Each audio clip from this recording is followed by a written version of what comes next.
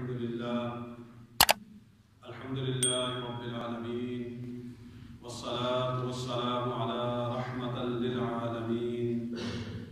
أما بعد فأعوذ بالله من الشيطان الرجيم بسم الله الرحمن الرحيم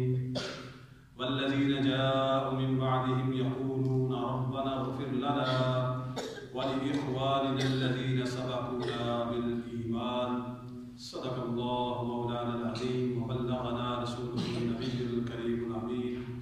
ونحن على ذلك من الشاهدين والشاكرين والحمد لله رب العالمين۔ تمام تعریفیں رب ذوالجلال کے لیے ہیں جو تمام جہانوں کا خالق و مالک و رازق ہے۔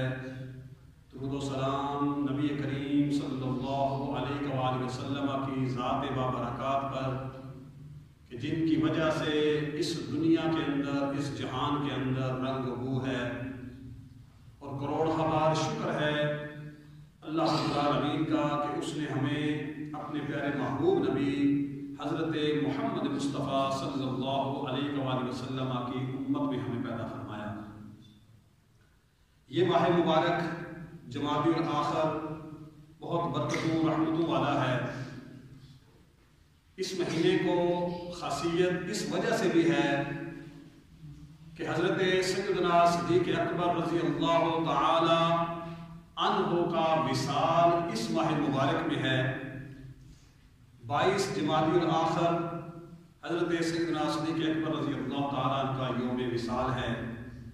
آج کی اس محفل کو، جمعہ شریف کی اس مجلس کو ہم حضور سیدنا صدیق اکبر،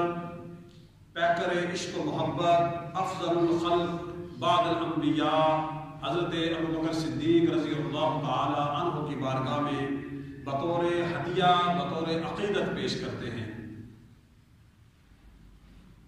جو آیت کریمہ تلاوت کی ہے اس میں اللہ رب العالمین ارشاد فرماتے ہیں کہ والذین جاءوا من بعدهم یقولون ربنا اغفر لنا، کہ جو ان کے بعد آئے وہ اللہ کی بارگاہ میں عرض کرتے ہیں ربنا اغفر لنا، اے ہمارے رب ہمیں بخش دے، ہمیں معاف فرما دے، ہماری مغفرت کر دے۔ اور پھر کہتے ہیں کہ وَلِإِخْوَانِنَا الَّذِينَ سَبَقُونَا بِالْإِيمَانِ، اور ہم سے جو پہلے ایمان لے کر گزر چکے ان کی بھی بخشش فرما۔ تو اس آیت کریمہ میں اللہ رب العالمین خود ہمیں بتا رہے ہیں کہ مغفرت کس طرح کرنی ہے، مغفرت کس طرح کروانی ہے، اور اپنے سے پہلے جو تمہارے گزر چکے ہیں ان کی مغفرت کی دعا کیسے کرنی ہے۔ فرمایا کہ والذین جاءوا من بعدهم یقولون ربنا اغفر لنا ولإخواننا الذین سبقونا بالایمان، کہ جو ان سے پہلے گزر چکے ان کے بارے میں، جو بعد میں آئے دعا مانگتے ہیں کہ اے ہمارے رب ہمیں بھی بخش دے، اور ہم سے جو پہلے ایمان والے گزر چکے ان کو بھی معاف فرما دے، ان کی بھی مغفرت فرما دے۔ تو یہ آیت کریمہ ہمیں خود سکھا رہی ہے، اللہ رب العالمین خود ہمیں بتا رہے ہیں کہ کس طرح تم نے اپنی مغفرت کی، اور اپنے سے پہلے ایمان والے جو گزر چکے، اپنے والدین، اپنے عزیز و اقارب، اپنے رشتہ دار، ان کے لیے دعا مانگی ہے۔ حضرت انس رضی اللہ تعالی عنہ آپ ارشاد فرماتے ہیں کہ میں نے حضور کی بارگاہ میں ارشاد عرض کیا کہ یا رسول اللہ صلی اللہ علیہ وسلم، ہم اپنے مردوں کے لیے صدقہ کرتے ہیں،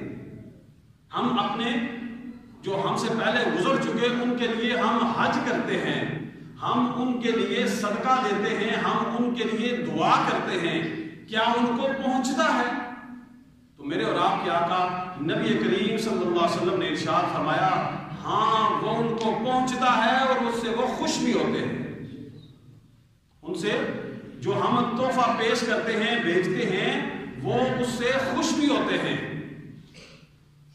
اور کیا فرمایا کہ اِنَّهُ لَا يَصِلُ إِلَيْهِمْ وَيَفْرَحُونَ بِهِ، وہ جو ہم تحفہ بھیجتے ہیں، ہم دعا مانگتے ہیں، ہم صدقے کا ثواب پہنچاتے ہیں، اس سے وہ خوش ہوتے ہیں۔ کیسے خوش ہوتے ہیں؟ خود آگے حضور ارشاد فرماتے ہیں کما یفرح احدکم بالہدیہ، جیسا کہ تم آپس میں ایک دوسرے کو جو تحفہ دیتے ہو تو خوش ہوتے ہو،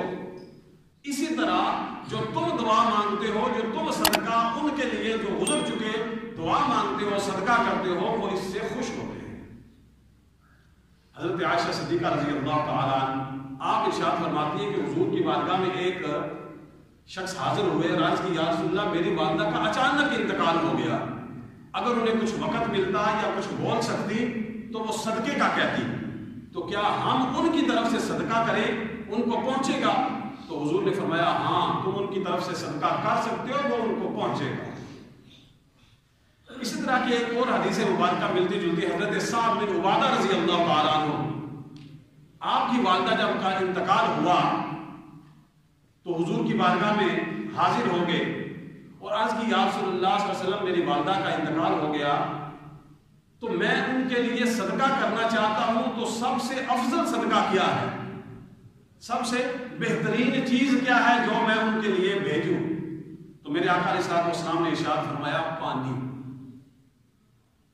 کا صدقہ کرو ان کے لیے۔ تو حضرت سعد بن عبادہ رضی اللہ تعالیٰ عنہ نے اپنی والدہ کے لیے کنواں کھدوایا، بخاری شریف کی حدیث مبارکہ ہے، کنواں کھدوایا، اور جب وہ مکمل ہوا لوگوں نے اس سے پانی حاصل کرنا شروع کیا تو اس کا نام ہی یہ رکھ دیا ھذہ لأم سعد، یہ جو پانی استعمال ہو رہا ہے اس پانی کا ثواب سعد کی والدہ کے لیے۔ اسی طرح ایک اور حدیث مبارکہ میں حضرت عبداللہ ابن عباس رضی اللہ تعالی عنہ آپ فرماتے ہیں کہ نبی علیہ السلام نے ایک مثال دے کر جو مرنے والا ہے، جو مردہ ہے، اس کی ایک مثال دے کر ہمیں سمجھایا۔ ارشاد فرمایا کہ مردے کی حالت قبر کے اندر ایسی ہوتی ہے جیسے ڈوبنے والے فریادی کی ہوتی ہے، پانی میں ڈوبنے والے فریادی کی جس طرح حالت ہوتی ہے یہی حالت انسان کی جب قبر میں پہنچتا ہے تو ہوتی ہے۔ ہم تو کفن دفن کر کے غسل دے کر جنازہ پڑھ کر قبر میں رکھ دیتے ہیں، لیکن حضور اس کی حالت بیان فرما رہے ہیں۔ حضور فرماتے ہیں کہ مردے کی قبر کے اندر حالت یہ ہوتی ہے جیسا کہ پانی کے اندر ڈوبنے والے شخص کی ہوتی ہے، وہ ہاتھ پاؤں مار رہا ہوتا ہے۔ ہم تو پانی کے پاس رہنے والے لوگ ہیں، ہمیں تو پتہ ہے، اللہ تعالیٰ ہمیں محفوظ رکھے، لیکن ہمیں پتہ ہے کہ وہ اس کی حالت اس وقت کیا ہوتی ہے، وہ بڑی مشکل میں ہوتا ہے، ہاتھ اور پاؤں مار رہا ہوتا ہے کہ کوئی ہمیں نکال دے۔ حضور فرماتے ہیں کہ جب بندہ قبر میں پہنچتا ہے تو اس کی حالت یہ ہوتی ہے کہ وہ جو مرنے والا پانی کے اندر ڈوبنے والا جو ہوتا ہے اس کی جو فریاد ہوتی ہے اس جیسی حالت ہوتی ہے اس مرنے والے کی۔ پھر فرمایا کہ وہ انتظار کرتا ہے، وہ انتظار کرتا ہے کہ میرے دوست احباب، میرے اولاد، میرے والدین، ماں باپ، بھائی بہن، میرے دوست احباب جو ہیں وہ مجھے کیا تحفہ بھیجتے ہیں، وہ انتظار کرتا ہے، وہ اس حالت میں انتظار کرتا ہے۔ حضور فرماتے ہیں جب ہم دعا مانگتے ہیں، جیسا کہ ہم محفل سے جاتے ہیں، قرآن پاک پڑھتے ہیں، تسبیحات پڑھتے ہیں، پھر دعا مانگی جاتی ہے، حضور فرماتے ہیں جب اس مردے کے لیے دعا مانگی جاتی ہے پھر کیا ہوتا ہے؟ پھر حضور ارشاد فرماتے ہیں کہ جب اس کو یہ چیزیں پہنچتی ہیں، یہ صدقہ پہنچتا ہے، یہ قرآن کا ثواب پہنچتا ہے، تسبیحات کا ثواب، محفل کا ثواب پہنچتا ہے، پھر کیا ہوتا ہے؟ میرے اور آپ کے آقا نبی علیہ الصلوۃ والسلام ارشاد فرماتے ہیں کہ اس وقت اس کے قریب دنیا اور ما فیہا، یہ جو دنیا ہے اور اس کے اندر جو کچھ ہے اس سے زیادہ وہ محبوب چیز ہوتی ہے جو ہم اس کو تحفہ بھیجتے ہیں۔ حالت پہلے کیا تھی؟ ڈوبنے والے کی حالت تھی، لیکن جب ہم دعا مانگ چکے ہوتے ہیں، جب اس کو ثواب پہنچتا ہے تو پھر اس کے لیے یہ دنیا اور دنیا کے اندر جو کچھ بھی ہے ہمیں نظر آ رہا ہے، دنیا میں مختلف قسم کے کھانے ہیں، مختلف قسم کے پینے ہیں، مختلف قسم کی آرائشیں ہیں، زبائشیں ہیں، ہر چیز اس دنیا کی، لیکن وہ بندہ مرنے والا ان چیزوں کو پسند نہیں کرتا جتنا وہ محبوب رکھتا ہے ہماری اس دعا کو، ہمارے اس صدقے کو، ہمارے اس عمرے کو، ہماری اس دعا کو، ہمارے اس حج کو جو ہم اس کو ثواب پہنچائیں۔ سبحان اللہ۔ اسی طرح میرے اور آپ کے آقا نبی علیہ الصلوۃ والسلام نے ایک حدیث مبارکہ میں یہ ارشاد فرمایا کہ جب کسی قبرستان کے پاس سے گزرو تو 11 مرتبہ سورہ اخلاص پڑھ کر ان سارے لوگوں کو بخش دیا کرو۔ تو حضور نے ارشاد فرمایا کہ جتنے اس قبرستان میں قبریں ہوں گی ان ساروں کو ثواب دیا جائے گا، لیکن اس ساروں کے برابر اس بندے کو بھی ثواب دیا جائے گا جو یہ ایسا کام کرے گا۔ جیسا کہ ہم بھیجتے ہیں، جب بھی گزرتے ہیں بسم اللہ شریف کا ثواب بھیجتے ہیں قبرستان والوں کو، اپنے رشتہ داروں کو، یا عام قبر والوں کو بھی بھیجتے ہیں، تو اس کا ثواب صرف ان کو نہیں ہوتا، ہمیں بھی واپس ملتا ہے اس کا ثواب۔ حضرت خضر اور حضرت موسیٰ علیہ السلام کا وہ واقعہ ہے سورہ کاف کے اندر، وَأَمَّا الْجِدَارُ فَكَانَ لِغُلَامَيْنِ يَتِيمَيْنِ فِي الْمَدِينَةِ وَكَانَ تَحْتَهُ كَنْزٌ لَهُمَا وَكَانَ أَبُوهُمَا صَالِحًا۔ جب کوئی مرنے والا مر جاتا ہے تو اس کی اولاد دعا مانگتی ہے، تو اس کو صدقہ پہنچتا ہے، دعا پہنچتی ہے، اس کے والدین دعا مانگتے ہیں۔ اسی طرح اس واقعے سے ہمیں یہ پتہ چلتا ہے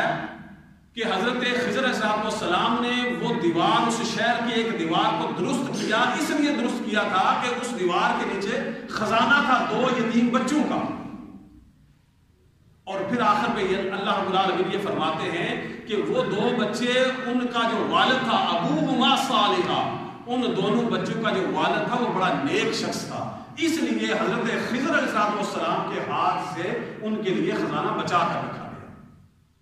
اس دیوار کو سیدھا کر دیا گیا، بنا دیا گیا، تاکہ جب وہ بچے جوان ہو جائیں گے تو وہ اس خزانے کو حاصل کر لیں گے۔ تو فرمایا کہ جو ہم بھیجتے ہیں اپنے والدین کے لیے، تو والدین اگر نیک ہیں تو وہ ان کا ثواب بھی، ان کا جو عمل ہے اس کا ثواب بھی، اس کی تاثیر بھی بچوں کو پہنچتی ہے۔ اسی طرح مشہور حدیث مبارکہ ہے حضرت ابو ہریرہ رضی اللہ تعالیٰ عنہ کی کہ اذا مات الانسان انقطع عمله، حضور نے ارشاد فرمایا کہ جب انسان مر جاتا ہے تو اس کے سارے عمل منقطع ہو جاتے ہیں۔ وہ نماز پڑھتا ہے، وہ صدقہ دیتا ہے، وہ حج کرتا ہے، وہ عمرہ کرتا ہے، وہ روزے رکھتا ہے، غریبوں کی ہمدردی کرتا ہے، ان کے کھانے کا انتظام کرتا ہے، ان کے پانی کے لیے انتظام کرتا ہے، یہ سارے عمل اس کے رک جاتے ہیں۔ لیکن حضور نے ارشاد فرمایا الا من ثلث، 3 چیزیں جو ہیں وہ جاری رہتی ہیں۔ وہ کیا ہے؟ وہ فرمایا صدقۃ جاریہ، اور فرمایا کہ یہ جو صدقہ جاریہ ہے یہ اس کے لیے ثواب کا ثواب جاری رہتا ہے۔ صدقہ جاریہ کیا ہے؟ کہ ہم کسی کے لیے فلاح و بہبود کا کام کر دیں، مسجد بنا دیں، مدرسہ بنا دیں، مدرسے کے علماء کی خدمت کر دیں، تو جب تک وہ چلتا رہے گا نظام، اس کا ثواب اس کو ملتا رہے گا، چاہے وہ بندہ فوت ہو جائے۔ اسی طرح آگے ارشاد فرمایا وَعِلْمٌ يَنْتَفِعُ، ایسا علم جس سے نفع حاصل کیا جاتا رہا ہو،